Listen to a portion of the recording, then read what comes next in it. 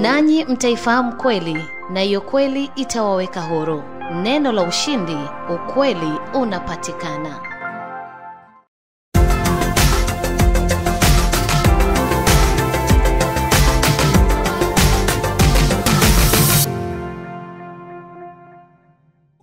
Hebu sema amina mahali popote ulipo. Mungu ni mwema, ametuamini tena. Leo ni siku nyingine tena ya baraka. Mimi namshangilia Bwana kwa sababu ametupa neema ya kukutana tena kupitia YouTube channel yetu hii ya Victor Aaron, na hii ni madhabahu ya neno la ushindi. Leo ni ibada yetu ya kwanza kwa mwezi wa 11 kwa sababu ya yale ambayo yalitokea, lakini Mungu ametupa neema, sasa tumerudi. Mungu akubariki wewe ambaye umekubali kuambatana nasi. Kumbuka huu ni mwezi wa 11, mwezi wa matendo ya huruma, na ni mwezi wa kuonyesha upendo wetu kwa vitendo. Tumekuwa tunayazungumza haya sana kwenye zile ibada zetu za kwenye magrupu ya WhatsApp, na watu wengi mmeelewa. Na nikukumbushe mtoto wa Mungu, huu ni mwezi wa kujikusanya kwa ajili ya kuwawezesha wale wengine walio na uhitaji. Na madhabahu hii tumekwisha kusema kabisa hadharani ya kwamba tunahusika na kina mama wajane walioachwa na watoto. Tunawapa chakula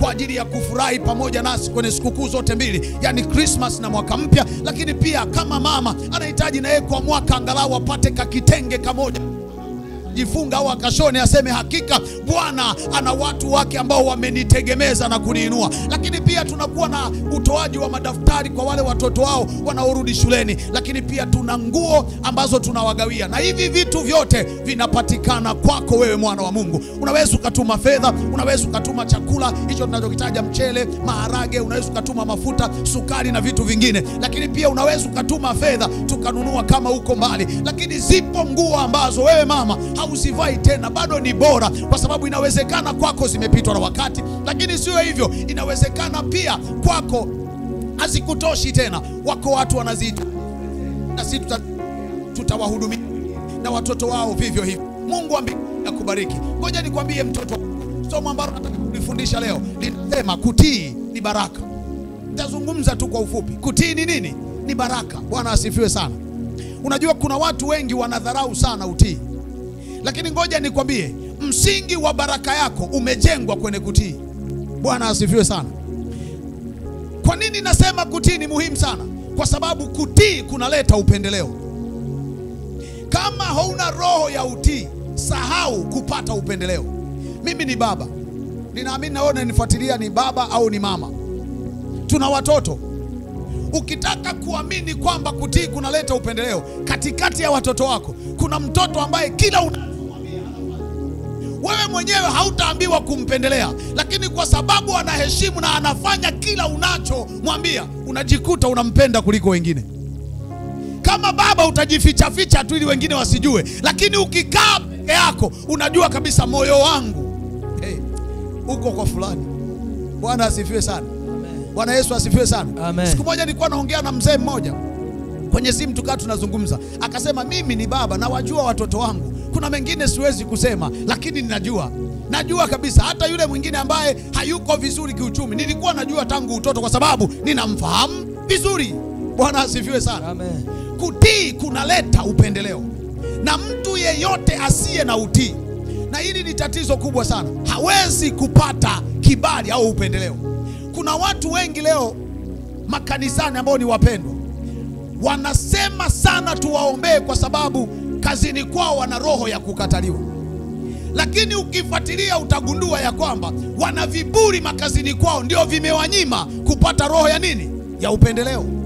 Bwana asifiwe sana. Amen. Mpendwa, nisikilize nikwambie, Mungu akuumbie roho ya nini? Ya utii. Kwenye Biblia tunawaona watu wengi Mungu aliwapa neema ya kibali kuwa watu wakubwa kwa sababu tu ya nini? Ya utii. Na kuna watu walinyang'anywa ukubwa kwa sababu ya nini? Ya kutokutii. Mtumishi, nisome Samueli wa kwanza ile sura ya 15 mstari wa kwanza mpaka wa 3. Biblia inasema wakati huo Samueli akamwambia Sauli, Bwana alinipeleka nikutie mafuta uwe mfalme wa watu wake Israeli. Yes. Basi sasa isikilize sauti na maneno ya Bwana. Mstari wa 2. Bwana wa majeshi asema hivi, nimeyatia moyoni mwangu mambo hayo Amaleki aliyowatenda Israeli. Yes. Jinsi walivyowapinga njiani hapo walipopanda kutoka Misri. Mstari wa 3. Basi sasa enda ukawapige Amaleki na kuviharibu kabisa vitu vyote walivyonavyo, wala usiwaachilie, bali waueni, mwanamume na mwanamke, mtoto naye anyonyaye, ng'ombe na kondoo, ngamia na punda. Amen. Amen. Bwana Yesu asifiwe. Amen. Jamani, Bwana Yesu asifiwe. Amen. Unayasikia haya maneno ambayo Samueli anamwambia mfalme Sauli. Anamwambia, Bwana ameniambia nije nikuambie ya kwamba kuna watu wanaitwa Waamaleki. Hawa watu waliwatenda vibaya watoto wangu. Sasa nimekupa mamlaka ya kwenda kuwaangamiza. Wapendwa, nisikilize nikwambie. Yeyote ambaye Mungu amekuweka chini yake akiwa ni mtumishi wako, hebu muheshimu na ukitunze sana kile anachokuambia, kwa sababu mara nyingi sio cha kwake. Leo tumepata shida sana kwa sababu watu wengi wanadharau vile wanavyoambiwa na watumishi wa Mungu. Kama kweli umejiridhisha na umeamua kukaa chini ya mtumishi fulani, mpendwa wangu, na kusihi, hebu jifunze sana kuheshimu kile anachozungumza. Hata kama haujakielewa, tafuta muda wa maombi, muulize Mungu kwa ajili yake ili akufafanulie zaidi, kwa sababu mara nyingi tumemkosea Mungu kwa kudhani yale wanaosema wale viongozi wetu ni ya kwao wenyewe. Sikiliza haya maneno. Samueli ametumwa na Mungu, anaambiwa nenda ukamwambie Sauli ya kwamba hawa watu waliwatenda vibaya watoto wangu. Sasa ninachotaka aende akawaangamize wote, kuanzia mkubwa, baba, mama, kaka, dada, hadi mtoto anayenyonya. Na asiishie hapo, ahakikishe ameangamiza mpaka na wanyama wote. Yani ile nchi ibaki nini? Ukiwa. Mwambie jirani yako, kutii ni baraka. Haleluya. Kutii ni baraka. Sasa ukisoma haya maandiko ya chini utaelewa. Mungu amekwisha kumwambia. Unajua kuna wakati mwingine wapendwa, huwa tunajifariji kufanya vile tunavyowaza, alafu tunaviona ni bora kwa nani? Kwa Mungu. Wakati Mungu ametoa maelekezo, hata kama yanaonekana yamebeba ubaya, kwa sababu ameyasema yeye ni mema ukiyatimiza. Sema amina. Halo. Hello. Sema amina. Amen. Sasa Samueli amekwisha kutoa maelekezo. Nisomee ule mstari wa 9 na kuendelea. Hapo katikati nitakueleza. Sina muda mrefu sana. Somea ule mstari wa 9. Mstari wa 9. Lakini Sauli na watu wake wakamwacha Agagi hai, na katika kondoo walio wazuri, na ng'ombe na vinono, na wana-kondoo na chochote kilichochema, wala hawakukubali kuangamiza. Okay. Bali chochote kilichokuwa kibaya na kibovu ndicho walichokiangamiza kabisa. Amen. Soma na mstari wa 10. Ndipo neno la Bwana likamjia Samueli kusema, mstari wa 11, najuta kwa sababu nimemtawaza Sauli awe mfalme. Yes. Maana amerudi nyuma asinifuate, wala hakufanya nilivyomwamuru. Samueli akasikitika, akamlilia Bwana usiku kucha. Bwana asifiwe sana. Amen. Nataka nikuonyeshe ya kwamba kuheshimu ndiko kunakokuletea baraka kazini kwako. Hebu jifunze kuwa na utii, kutakupa promotion. Maana unaweza ukaona watu wengi ambao wameinuliwa ni wale walio na utii, lakini katika yale ambayo wanapaswa kutii. Unajua kuna utii mwingine ni uoga. Mimi si uzungumzi huo. Nazungumzia utii wa kufanya kile ulichoagizwa, kilicho halali, ukifanye kwa uaminifu, na kiongozi wako aone umefanya nini? Umefanya. Sasa hapa tunasoma Sauli baada ya kuambiwa yale maelezo, alipofika yeye kule, akawapiga watu wengine, akamwacha mfalme wa Amaleki. Alafu akaanza kuchagua kondoo walionona, akachagua wanyama wazuri, anajipangia yeye kwamba anakwenda kumtolea nini? Mungu sadaka. Sasa sikiliza nikwambie, baada ya kusaza hivyo vyote, Mungu anamrudia tena Samuel. Anamwambia ninajuta mno. Kwa nini nilimuinua Sauli? Mpendwa, nisikilize nikwambie, kuna vitu unaweza kuwa umevipoteza, unaanza kuwalaumu watu, unasema wameniroga, unasema hawanipendi, unasema wananichukia, mbona mwanzoni haikuwa hivyo? Kuna mtu ameingilia kati. Nataka nikuhakikishie, kama ulishindwa kutii kile Mungu alichosema wewe kwa habari ya kile unachotakiwa kukifanya, anaweza akakiondoa kwako na bado ukahisi bado unacho. Halo, Bwana asifiwe sana.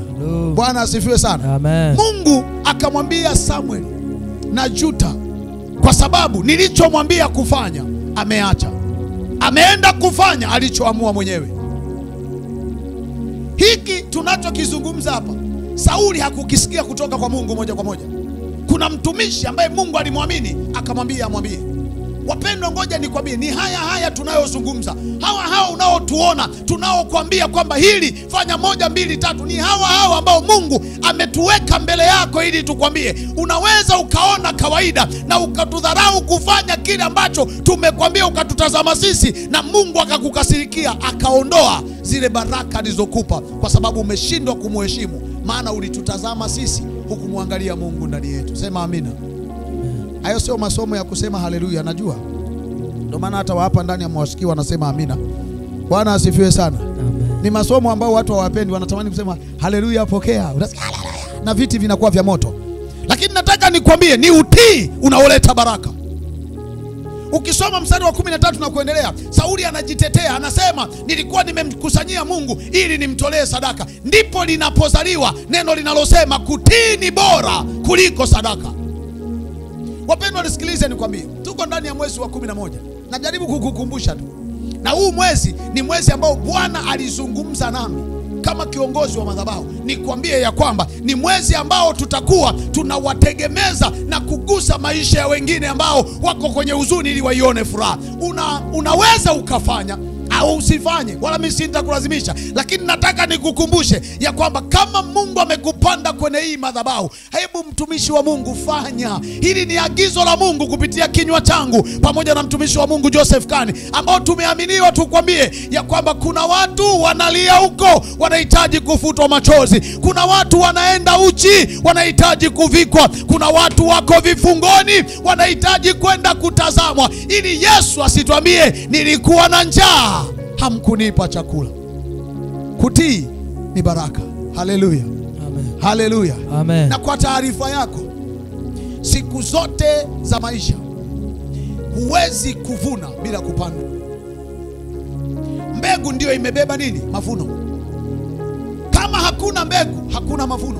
Na ndio maana mkulima mwenye akili anavuna, atakula, lakini hatakula mbegu, kwa sababu anajua mbegu zinatakiwa kuwa chache lakini zinazalisha mavuno mengi. Na ndio maana hata kwenye hili tunapozungumza, hatutaki utoe vyote ulivyo navyo. Tumekuja kukwambia tu kwamba kuna watu wana uhitaji. Ndio maana tunasema hata vile ambavyo huvitumii wewe, wengine wanaweza wakavitumia. Usifunge moyo wako mpendwa. Kuna mahali nilisoma juzi nikakwambia, jicho lenye huruma kwa ajili ya watu wengine, jicho linalowatazama wahitaji kwa ukarimu. Maandiko yanasema Bwana analitazama na ataachilia baraka, kwa sababu amekitoa chakula chake kwa ajili ya wahitaji. Mpendwa, kutii ndiyo baraka. Mtazame Ibrahimu, tunamwita baba wa kubarikiwa, lakini kumbuka Mungu alisema naye ya kwamba nataka umtoe mwanao wa pekee. Sio jambo rahisi, lakini Ibrahimu alitii. Baada ya kutii, Mungu hakuruhusu mtoto atolewe, bali alitamkiwa baraka na nani? Na Mungu. Baraka zimejificha kwenye kutii kile ambacho Mungu anakutaka ufanye. Unajua mimi hakuna unajua mimi. Mungu amesema mwezi wa 11 wana neno la ushindi, tusimame pamoja na wahitaji tuwatendee jambo. Nimekuja nikwambie hata wewe usiye mwana neno la ushindi, kama unaweza kufanya, midhali sauti imepenya kwenye masikio yako, Bwana amekuamini, watendee wema. Anasema katika Wagalatia, tena tusichoke katika kutenda mema, maana tutavuna kwa wakati wake tusipozimia moyo. Isaya 1 mstari wa 19 ule mmoja anasemaje mtumishi? Nimalize hapo, muda wangu umeisha. Kama mkikubali na kutii, mtakula mema ya nchi. Haleluya. Kumbe mema ya nchi yamejificha kwenye nini? Kukubali na kutii. Unajua mimi nataka kuwa mtu mkubwa, kutii. na sio kutii kila kitu. Tii lililoamuliwa na nani? Wapendwa, huwezi kukwepa Kumbukumbu la Torati 28:1 mpaka 6. Nisomee hapo, namalizia hapo na kuonyesha tu vifungu vichache vikuonyeshe ya kwamba lile ambalo Bwana ameliagiza ukilipuuza litakuletea shida. Na kuanzia hapo 28:1 mpaka 6 anasemaje? Kabla hujasoma nikukumbushe kitu. Sauli alivyopuuza neno la Mungu, ukisoma ile sura ya 16 ndio utaelewa. Wakati Samueli bado anamlilia, Mungu alimwambiaje? Alimwambia, utamlilia Sauli mpaka lini? Mimi nimemkataa. Kumbuka yeye ndiye alimsimamisha mbele ya Waisraeli, akamwambia huyu ndiye atakuwa mfalme baada ya kuhitaji mfalme. Lakini kwa sababu ya kutokutii, ufalme uliondoka. Na bado Sauli alikuwa anahisi ni mfalme. Anaendelea mpaka kuna kajomba kalichapakwa mafuta huko, baraka zilishahama, yeye bado anaamini ni mfalme. Ndivyo tulivyo wapendwa. Maagizo ya Mungu ametupa, tumeacha kuyatenda kwa sababu bado na watu wanatupigia makofi, tunahisi bado upako wa Mungu uko na sisi. Kwa sababu bado tunatoa sadaka kanisani na watu wanatuona bora, tunahisi bado sisi ni vigogo. Nisikilize nikwambie, ni muda tu hujatimia. Unatembea kwenye nyota ya ufalme ambao uko tayari kwa mtu mwingine. Ni habari tu ya wakati. Mungu anamwambia Samueli, nimemkataa.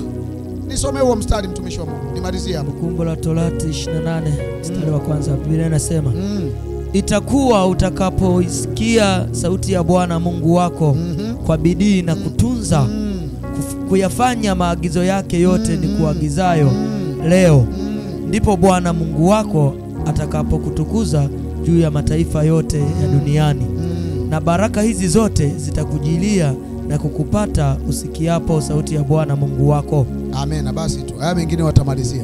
Amen. Baraka hizi zitakufuata kama tu utatii kile Mungu amekuagiza. Ndio maana halisi ya maneno machache tuliyosoma hapa. Anasema ukisikia sauti ya Mungu, ndio hii inazungumza na wewe kwa habari ya wajane. Alafu nasema ukatii na kufanya maagizo yake, baraka hautazitafuta, zitakufuata. Lakini zimebebwa na nini? Kutii. Mkitii na kukubali, mtakula mema ya nchi. Nisikilize nikwambie, huwezi tu kuwa kichwa, utabaki kuwa mkia kama huna neema ya utiifu. Kwa sababu ni kwenye kutii kunakomfanya mtu awe nini? Awe kichwa. Kwa sababu kutii ndio baraka. Kutii ndio baraka. Mtoto wa Mungu, nakusihi sana ninapomaliza kusema haya maneno, tii kile ambacho Bwana amekwambia kupitia vinywa vyetu. Na hili unajua tunalisema hivi sana, sio kwa sababu tunataka tukutishe, ila tunatamani kukukumbusha ufanye. Maana katika maeneo ambayo adui anasimama wanadamu wasifanye, ni eneo la utoaji. Kwa nini? Kwa sababu anajua baraka za mtoto wa Mungu zimejificha kwenye kutoa. Mavuno yamejificha kwenye mbegu iliyopandwa. Sema amina. Amen. Bwana Yesu, ninakushukuru kwa ajili ya neno lako ambalo umenipa kusema na watoto wako. Asante kwa sababu ninaamini kila mmoja amesikia, na ninaamini kwa sababu wamesikia, iko neema itakayowasaidia kulitendea kazi. Ninakataa kila mamlaka za adui zinazoleta ushawishi wa kuwazuia watoto wako kufanya yale ambayo umewaagiza wafanye kwenye madhabahu kwa ajili ya wengine. Ninaamini hii sio roho yako, ni roho ya adui. Ninainyamazisha kimya katika jina la Yesu. Ninaomba shauku ya ndani ya kila mmoja kulitenda jambo hili kwa ajili ya watoto wako. Maana ni agizo lako ya kwamba tuwajali yatima na wajane. Na wewe umesema ndio dini iliyo bora ambayo inakwenda kufanya mambo kwa watu walio na uhitaji. Lakini unasema pia heri mguu unaotembelea nyumba yenye nini? Yenye matanga. Yaani mahali ambapo watu walipo na uhitaji, unapokwenda na kufanya jambo, wewe Mungu umesema utafanya kwa ukubwa katika maisha ya mtu huyo. Baba, ninaomba kawatendee watoto wako, kila mmoja akapate neema ya kuyatenda haya. Asante kwa sababu ninajua adui hata wazuia, na tendo hili lililo jema litatimizwa kwa utukufu wako. Machache nimeomba nikiamini kwa mengi, kwa Yesu Kristo aliye Bwana mkombozi wa maisha yetu, nimeomba na kuamini. Amen.